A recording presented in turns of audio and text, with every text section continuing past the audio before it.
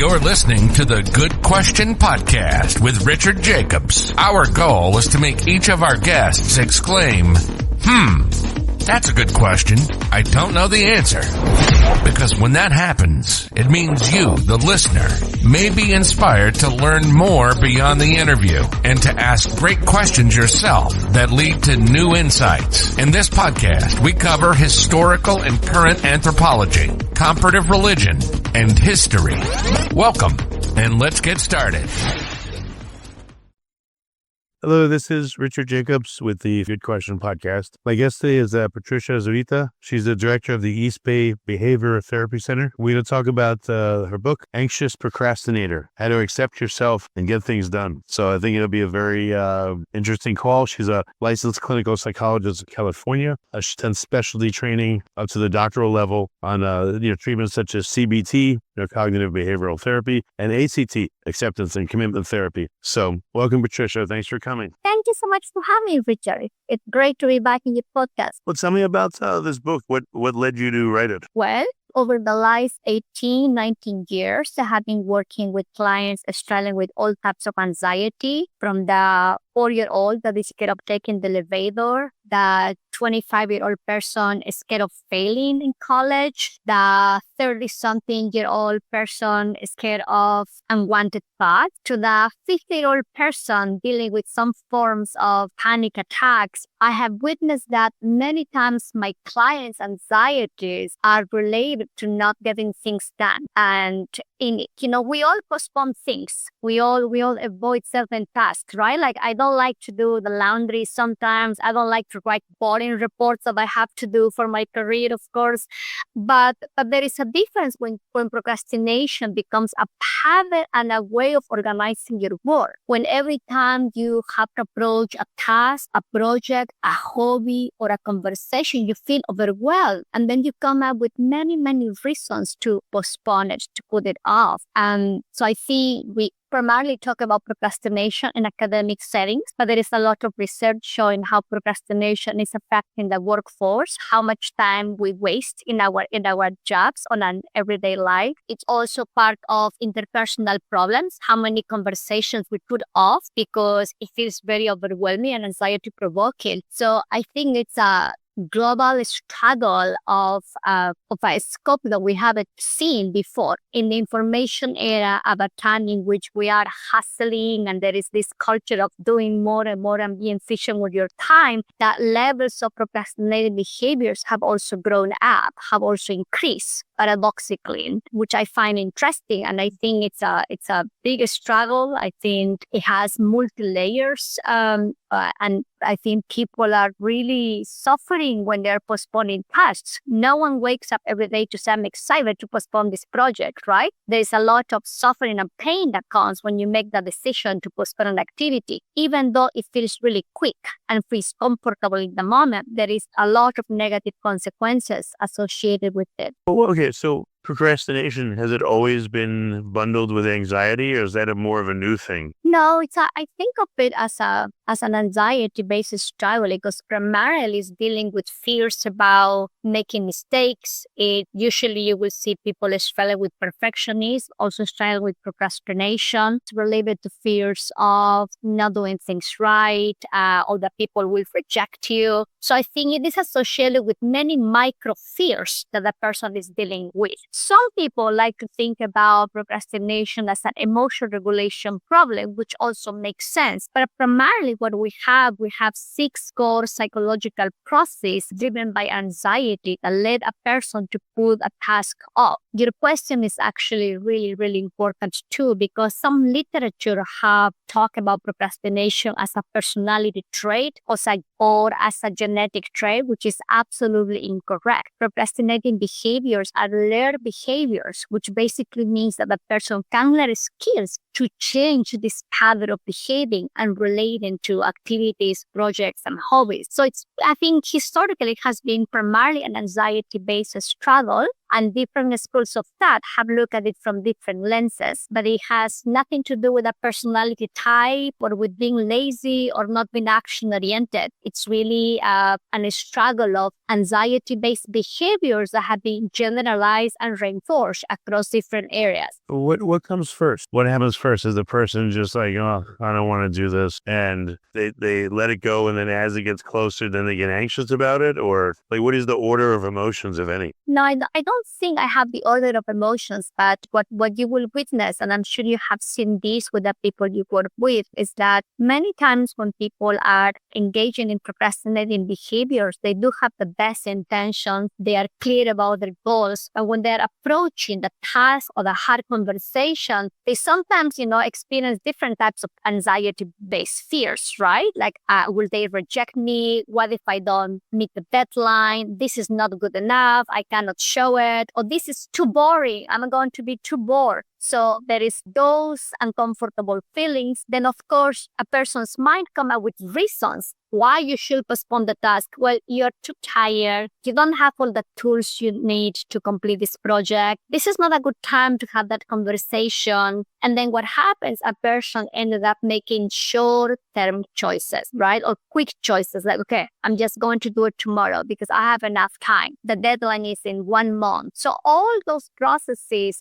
holding with white knuckles onto those reasons, those uncomfortable feelings, making impulsive choices or short-term choices, reinforce the procrastinating pattern. So it all starts when a person has a particular project they want to do. They will experience either uncomfortable feelings, their mind will come up with different types of reasons or rules about how things supposed to be done and when they can get done. And then a person ended up making a choice based on that. It's the interaction of those processes that perpetuates a procrastinating behavior. What have you noticed about the order of emotions that will come? We discussed that, but then, the task itself. So I would think tasks that I like to do, I'm unlikely to procrastinate on. And certain ones I feel like I'm not good at, or I just don't like them for some reason, I avoid. Is that how it breaks for most people? Like what kind of tasks do they procrastinate on, get anxious about? Yeah. I think you're right on target, but I encourage people dealing with procrastinating behavior is to map the areas of their life in which they are postponing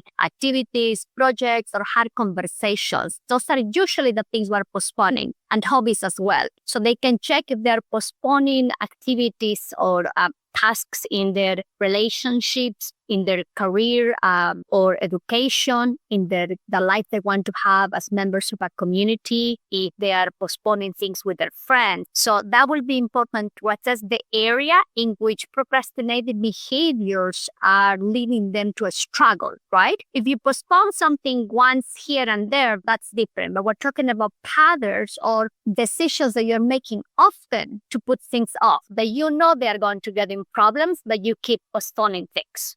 Once a person identifies those areas, I think it's important to ask yourself 6 questions. The first is asking yourself, what are the emotions that are very uncomfortable to me when I'm approaching this particular task or conversation? If a person has a difficulty identifying the emotions, then you can check the sensations in your body. There is no person dealing with procrastination that is not dealing with some emotional struggle as well. Usually it's going to be a form of anxiety, fears of things not being done correctly, fears of rejection, fears of not meeting a deadline, fears of not coming across as competent enough. So that would be the first question. What are the emotions that are very uncomfortable to me when I'm approaching X? That's the first one. The second is just how do you think about that? Like, I don't know, let's say I got a notice in the mail that was really bad years ago, and ever since then I'm afraid to check the mail, but I have to, so I procrastinate. Like how do I know what I'm feeling when I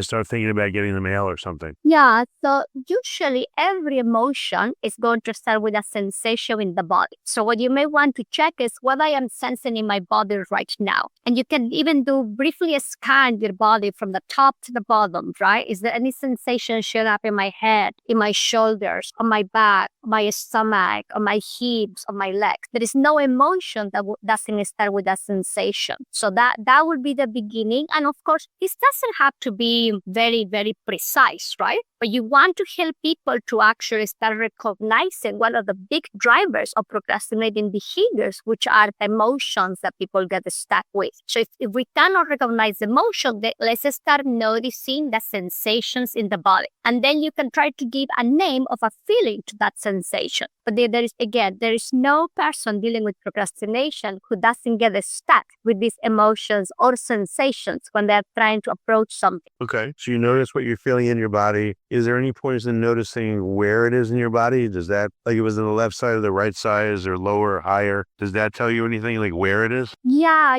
That's such an interesting question. There is a lot of studies in particular conducted by Lisa Feldman, who wrote the book, How Emotions Are Made Of. She introduces the concept of emotion granularity. Emotion granularity basically means having the skill to distinguish different types of emotion. For example, when I'm talking about anxiety is not a single type of emotion. They're like shades of anxiety, like shades of fear. Right? There is dread, terror, panic, fear, scare. So the more that we distinguish these subtle experiences as micro experiences we have, the more skillful we're going to be in choosing our behavioral response. So to your question, does it matter if it's on the left, on the right? It does matter on the center. You're building the muscle of recognizing the subtleties of emotions and sensations, which is going to help you to choose to stop the procrastinating cycle and choose a more effective and adaptive response. Okay. So, I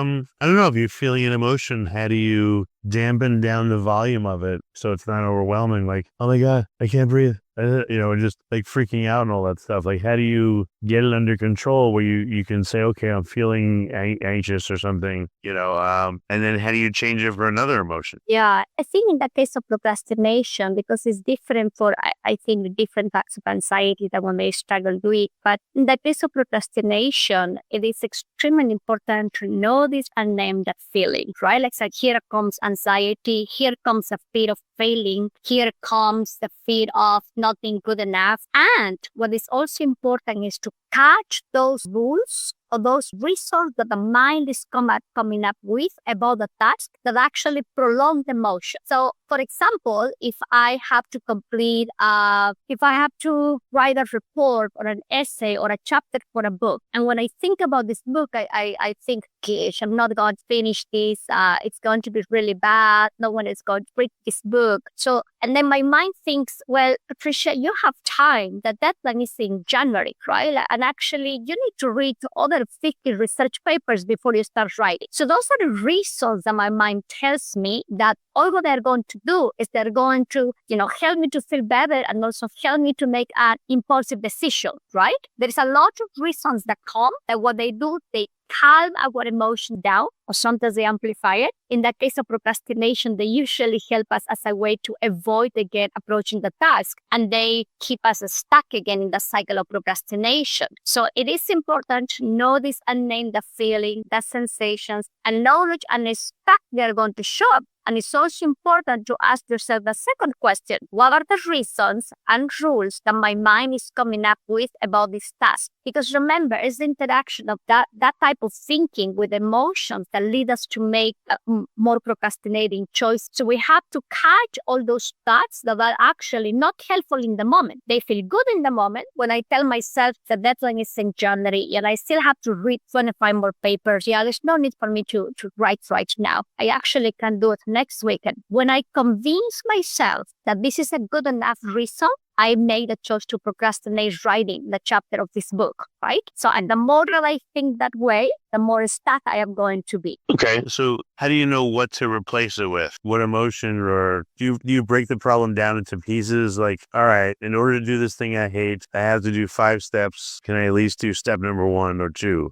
Like what are some of the strategies? So in the book, right, one of my favorite chapters is called Compassionate Accountability, which basically translates into taking ownership of the choices you make when dealing with those thoughts. So through your answering your question, it's not too much about what you replace those thoughts with. It's about asking yourself another reflective question. If I go along with a thought that says that you have time, you need to read 25 more research papers before writing. If I go along with those thoughts, does it expand my life or does it shrink? Are those helpful thoughts or unhelpful thoughts? Many times when we have engaged in a pattern of procrastinating behaviors, we know the things that our mind tell us to keep postponing things, right? We know that the thought our mind is going to tell us. So we know that if we go along with those thoughts, we will continue postponing activity. So you don't need to replace a thought, right? But what you need to do is ask yourself what we're calling acceptance and commitment therapy, the workability of that type of thinking. And workability is defined on whether a particular behavior, thought, or feeling or urge take us closer to our values or take us farther away. So when I ask myself, Patricia, if you hold on to the thoughts again that you have to reach 25 more research papers, that you have time, the deadline is not close, does it help you to disseminate ACT skills as it matters to you in January? Yes or no? The answer is no. Sometimes, of course, we have to get the stuff done, right? But it's not as our mind is telling us in a rigid way, right? The reality, for example, is that I don't need to reach 25 research papers right now to write a chapter. I need to sit, open the laptop, and start typing, no matter what my mind tells me or what I feel. I need to make room for those thoughts, say things like, here comes my anxiety, my mind is telling me blah, blah, blah, and keep typing letter by letter. That's what I need to do, because that action is going to take me closer to my value of disseminating acceptance and commitment therapy skills to others, right? So that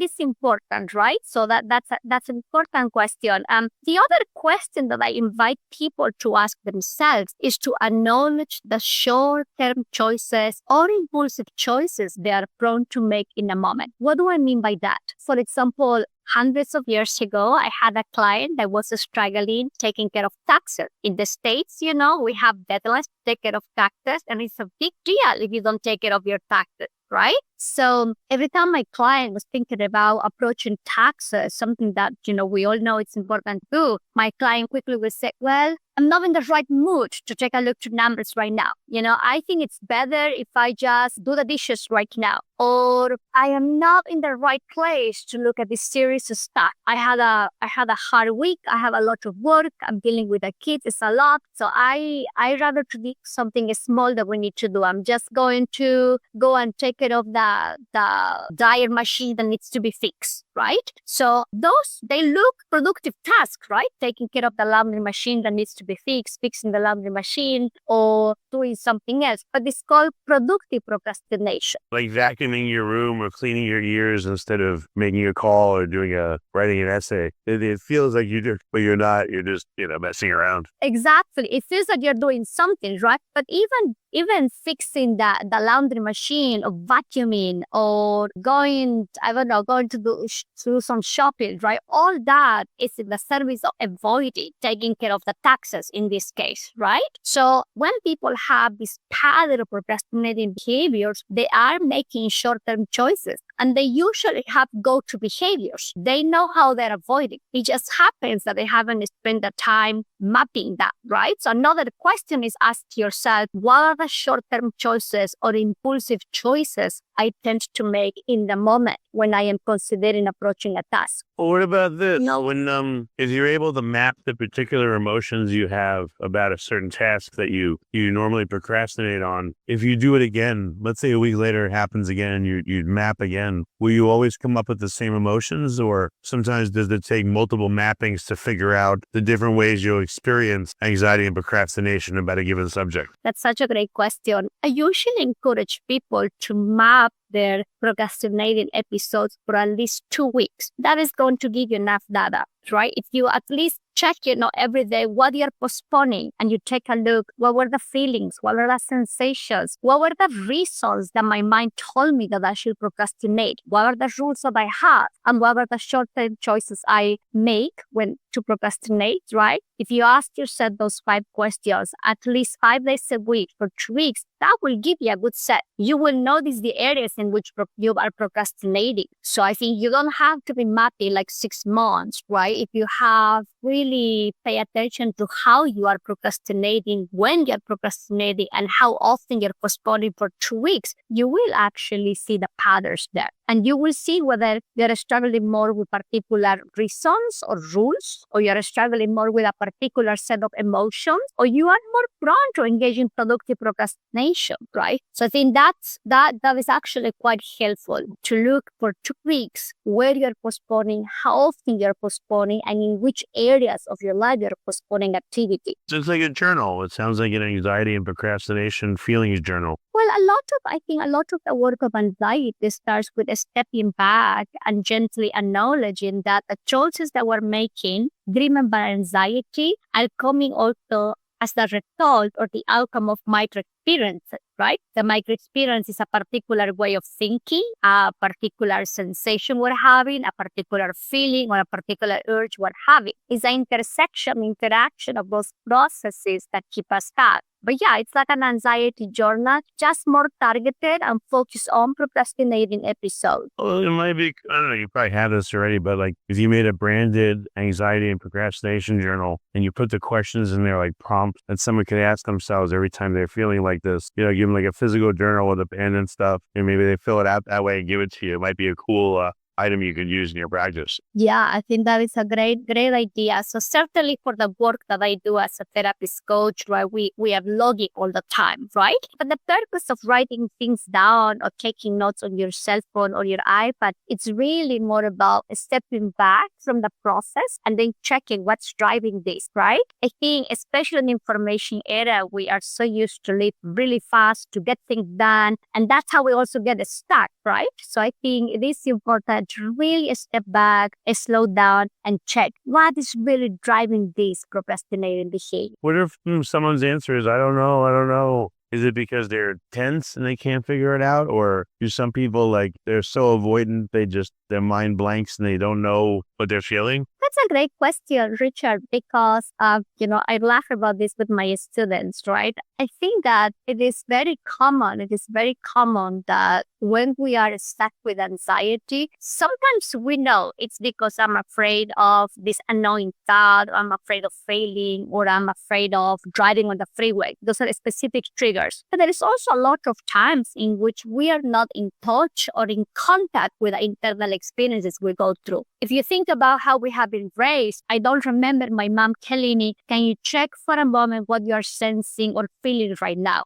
Can you check for a moment what your mind is telling you about this particular, about the homework, right? So we didn't grow up with those messages, right? So I think it is not an uncommon situation which a person may say, I don't know. And that's why logging and stepping back is going to give you the introspection and the reflective prompts that you need. Because you cannot change your behavior without actually checking what's driving it. So that's actually a really, really good point, especially in this time. There are over, 400, 500 books on productivity, right? And how to get better at managing your time and how to organize to-do lists. On the book on procrastination, I make the point to include organization and time management skills at the end of the book on chapter 7 and chapter 8. The reason is because managing procrastinated behaviors is not just using the Pomodoro technique or typing things in your calendar or using post-its. You cannot change a procrastinating pattern without looking with it. I think tackling it effectively, it's really more about checking how you're relating to your internal experiences and then learning organizational and time management skills. Well, I think it might be emotional mind is so powerful compared to irrational mind. If you don't know what the emotions are behind what you're doing or avoiding, you can rationalize all day long and you just won't do it. It sounds like you have to establish emotionally what's going on first. That's right. I think you have to step back and really capture this psychological process by the lead a person to procrastinate. Otherwise,